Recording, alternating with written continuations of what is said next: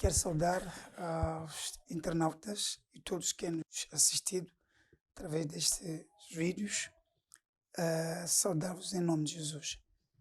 E, como sempre, nós temos a missão de trazer a mensagem de Deus àqueles que são e querem pertencer a Deus, e mesmo para aqueles que já são salvos e pertencem ao reino de Deus.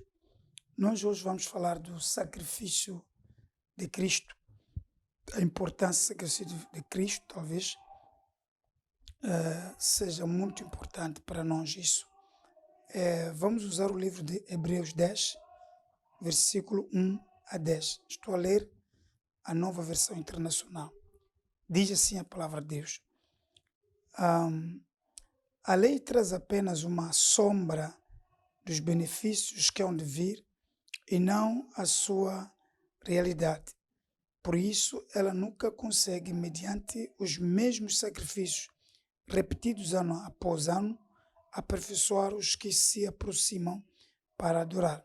Se pudesse fazê-lo, não deixariam de ser oferecidos, pois os adoradores, tendo sido purificados uma vez por todas, não mais se sentiriam culpados de seus pecados. 3. Contudo, esses sacrifícios são uma recordação anual dos pecados. 4. Pois é impossível que o sangue de touro de bode tire pecados, aliás. 5. Por isso, quando Cristo veio ao mundo, disse: sacrifício e oferta não quiseste, mas um corpo me preparaste. De holocausto e oferta pelo pecado não te agradaste. Então eu disse: aqui estou, no livro está escrito a meu respeito, vim para fazer a tua vontade, ó Deus. Portanto, ele disse: sacrifício, oferta e holocausto e ofertas pelo pecado não quiseste, nem deles te agradaste, os quais eram oferecidos conforme a lei. Então acrescentou: aqui estou, vim para fazer a tua vontade. Ele cancela o primeiro para estabelecer o segundo. 10. Pelo cumprimento dessa vontade fomos santificados por meio do sacrifício do corpo de Jesus Cristo oferecido uma vez por todas. Louvado seja Deus. Viemos falando, não é? Que primeiramente também dizer que este livro de Hebreus fala da superioridade de Cristo. Nós, quando falamos de Cristo, temos cerca de 3 religiões que têm a mesma paternidade abraâmica, quero dizer, que é o judaísmo, o cristianismo, o islamismo. E essas 3 religiões disputam, não é? Elas são diferentes, ambas são monoteístas, mas eles têm regras de fé diferentes. Então temos o judaísmo, que crê nos livros, os 5 livros de Moisés, Pentateuco. Temos o cristianismo, que crê na Bíblia. Temos o islamismo, que crê no Alcorão. Portanto, a sua regra de fé, o livro de regra de fé, é o Alcorão. Há esta disputa aqui. Os judeus, o judaísmo, não crê no Cristo, este morto ressurreto. O islamismo, eles têm Cristo como um dos profetas. Então, o cristianismo é a religião que tem fé em Cristo. Ambos são monoteístas, como disse, invocam um único Deus. A questão aqui é, a Bíblia, o livro de Hebreus vem nos a mostrar a superioridade deste Cristo. Sabemos que no judaísmo, os adeptos do judaísmo não acreditam no Novo Testamento. Este é um problema. Mas também os adeptos do islamismo acreditam em parte da Bíblia. Eles retiram alguma parte das escrituras para acreditar e outra parte fica de lado. Nós queremos aqui só confirmar através desta palavra a graça de Deus. Aqui o nosso tema é: o sacrifício de Cristo é definitivo. O judaísmo, acreditando nos 5 livros de Moisés, eles esperam do Messias até agora, acreditam que o Messias que apareceu, quer dizer, Cristo não é o Messias deles, neste caso, e realmente estão aguardando a chegada do Messias. Agora, o islamismo crê que Jesus Cristo é um dos profetas, mas não é superior que Maomé. Realmente estamos perante os 3 ismos que têm um único Deus, mas a sua essência é diferente. Portanto, o livro de Hebreus nos mostra que o livro de Hebreus fala dos sacrifícios cruentos dos hebreus, mas mostra que estes sacrifícios todos são inferiores a Cristo. Portanto, mostra a superioridade de Cristo. Fala nesta primeira sessão aqui no capítulo 10 que a lei traz apenas uma sombra dos benefícios que hão de vir. Portanto, ela mostra que a lei era uma sombra das verdades pentecostais que iriam se cumprir. A lei não era a imagem exata, contudo, esse sacrifício era a recordação anual dos pecados, pois era impossível, portanto, é impossível, versículo 4, clarete que é impossível que o sangue dos touros e dos bodes tire o pecado. Portanto, a lei era imperfeita na sua postura. Apesar da lei estar a profetizar a graça, portanto, a profetizar portanto, a vinda de Cristo para cumprir todas as coisas que foram faladas pelos profetas, a lei era uma sombra porque ela não era completa em si, não podia redimir o homem pecador. Então, era uma sombra. E porque é impossível que o sangue que se derramava na lei de touros e bode tire o pecado do mundo. Então, realmente, se nós queremos acreditar nesta idade que o sangue dos touros e bodes tinha alguma virtude perfeita para remover o pecado do homem, por que Cristo veio depois? Então, realmente, Cristo não precisava de vir para morrer por ninguém se a lei tivesse cumprido com perfeição todos aqueles requisitos necessários para o homem ser definitivamente perdoado. Por isso, diz a palavra, versículo 5, que por isso Cristo veio ao mundo, quando veio ao mundo disse, sacrifício e oferta não quiseste, mas um corpo me preparaste. Aqui é a mostrada a imperfeição dos sacrifícios e holocausto. Então, pelo pecado não te agradaste. Então, eles eram oferecidos pelo pecado. E o Senhor não se agradou disso, quer dizer, naquele tempo provisório o Senhor até aceitou, mas a dada altura, porque aquele sacrifício não era perfeito, não estavam a mostrar a imagem exata de Deus. Então, realmente, depois daqueles sacrifícios serem oferecidos anualmente, as pessoas continuavam com a consciência do pecado, portanto, não eram puramente limpos, continuavam com a consciência do pecado. Era preciso um sangue perfeito, era preciso um cordeiro perfeito que tiraria definitivamente o pecado do mundo. Então, na encarnação, há uma doutrina que nós chamamos de encarnação, Deus preparou um corpo para o seu filho Jesus, preparou o corpo na barriga da Maria. Então houve a encarnação, né? O Espírito tornou-se em carne na barriga da Maria, nascendo este homem imaculado, tanto um nascimento imaculado, viveu tomando uma vida imaculada, morreu e ressuscitou em prol dos nossos pecados. Portanto, tudo que o sacerdócio mosaico não podia fazer naquele tempo, o sacerdócio de Cristo cumpriu efetivamente este sacrifício. Então acrescentou aqui no versículo 9, aqui estou, vim para fazer a tua vontade.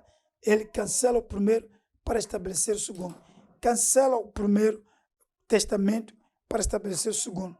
O primeiro testamento foi através do sangue dos animais, mas o novo testamento foi pelo sangue do Filho, portanto, o homem que veio remover debaixo daquele pano de sacrifício cruento do antigo sistema, veio remover definitivamente o pecado, a consciência do pecado. O homem agora pode, em Cristo Jesus, ter a perfeita liberdade, a perfeita libertação. Pelo cumprimento dessa vontade, no versículo 10, fomos, pelo cumprimento, diz assim o 10, pelo cumprimento dessa vontade, fomos santificados por meio do sacrifício do corpo de Jesus Cristo, oferecido uma vez por todos. Portanto, é ali onde a nossa liberdade estava, no sacrifício oferecido por Jesus Cristo, o sacrifício perfeito e puro. Então, já não precisamos de outro tipo de sacrifício. Nós, quando fomos para o judaísmo, vamos encontrar, portanto, a negação de Cristo, não é? Nós, quando vamos para o islamismo, vamos encontrar, portanto, Cristo colocado na banca de um dos profetas e realmente, mas o cristianismo vem para a mostrar que este Cristo que morreu e ressuscitou, o Cristo do cristianismo, o Cristo que o Novo Testamento revela, é perfeito para purificar o pecador de todo o pecado. Esta é a palavra que pregamos, é o evangelho que os apóstolos defenderam, pregaram e continuamos a pregar, que Cristo salva mesmo e o sangue de Cristo purifica mesmo, e a purificação é completa, já não é por parte. Olhando para este capítulo 10 de Hebreus, já não é por uma sombra, mas é uma purificação perfeita. Esta perfeita purificação, então, nos concede a graça de compreendermos a Deus, ou melhor, chegarmos a Deus através do sacrifício de Cristo Jesus. O que a lei não fez, o que talvez a lei não fez, apesar de a lei também ser ter sido dado por Deus, mas ela não foi perfeitamente, não purificou o homem da consciência do pecado. Afinal, festejava-se o pecado todas as vezes que os homens pecadores iam ao tabernáculo para oferecer na tenda da congregação um animal para os seus pecados. E também o sacerdote, uma vez por ano, entrava todos os anos, uma vez por ano, para fazer a expiação nacional, oferecer o pecado do povo, o pecado pelo povo, e uma vez por ano. Cristo veio uma vez, ofereceu-se uma vez na cruz do Calvário para tirar o pecado de todos, para definitivamente limpar tudo. Nós podemos dizer que Cristo é o nosso bode expiatório, o nosso cordeiro pascual, como Paulo fala, e o apóstolo Pedro também, em algum lugar, fala do poder desse sangue vertido na cruz do Calvário. Então, vim dizer para aquele que está me escutando que é Cristo somente que pode resolver definitivamente o problema do pecado, da morte eterna, do pecado constante e do pecado e dos pecados. Portanto, do pecado cometido contra Deus e dos pecados que nós constantemente cometemos também contra Deus. Então, o sangue de Jesus Cristo terminou todas as coisas. E na cruz Calvário, onde ele foi crucificado, ele gritou mesmo, numa das palavras falou na cruz, Jesus disse que está consumado. Estava consumado, tanto o problema pendente que o homem tinha com Deus. Está consumado, tanto a resolução definitiva deste problema. É por essa razão que todos pecaram, diz o Paulo no livro de Romanos, destituídos estão da glória de Deus, todos pecaram. Então, depois, o salário do pecado é a morte, mas o dom gratuito de Deus é a vida eterna em Cristo Jesus. Então, o judaísmo recusa que em Jesus Cristo haja completado este programa todo da purificação, da libertação e da salvação eterna. Eles recusam porque todas as coisas, eles alegam que nós temos adoramos, idolatramos, porque adoramos três deuses, né? Deus Pai, Deus Filho, Deus Espírito Santo, são três deuses. Mas nós não adoramos três deuses, adoramos um Deus em três. Portanto, é um Deus que tem três representações e realmente isto para o judaísmo é uma heresia. Temos o islamismo que acredita em Jesus Cristo, mas como um dos profetas. Também nós notamos que o cristianismo não é só sufocado por estes ismos, mas também é atacado pelas outras religiões também pagãs, porque o cristianismo é um pouco invasivo, o cristianismo também apresenta Cristo que liberta e ela tem as manifestações da graça naqueles que o aceitam Cristo como Senhor e Salvador. E eu quero, em nome de Jesus, declarar para todos aqueles que recusam ainda a graça que está em Cristo Jesus, reiterar que Cristo Jesus é o nosso Cordeiro Pascal, é aquele que nos purifica de toda a imundícia e o sangue vertido na cruz Calvário, vem para nos libertar totalmente do pecado e dos pecados, da morte eterna, vem resolver o velho problema do pecado que nenhum outro sacrifício conseguiu resolver esse problema. Os sacrifícios cruentos oferecidos pelos sacerdotes anteriores não resolviam o problema definitivamente. Que meu Deus te dê graça para compreender esta verdade e mudar. Se tu hoje mesmo onde estiver a assistir a este vídeo, a aceitar Jesus como Senhor e Salvador, será salvo. Porque todo aquele que nele crê é salvo. E todo aquele que nele crê não perece. Eu quero pedir a graça de Deus, que excede todo o entendimento, para que todo aquele que está a escutar quer receber o Senhor Jesus como Senhor e Salvador. Aceita, por favor, pela fé. Não nega desta vez. Aceita pela fé e a tua vida vai ser transformada. Não importa que tipo de religião pertence, mas se aceitar Jesus como Senhor e Salvador, note que eu não estou a falar da igreja, da igrejismo, mas estou a falar de um homem, do Cordeiro de Deus que tira o pecado do mundo, que resolveu o problema do pecado definitivamente.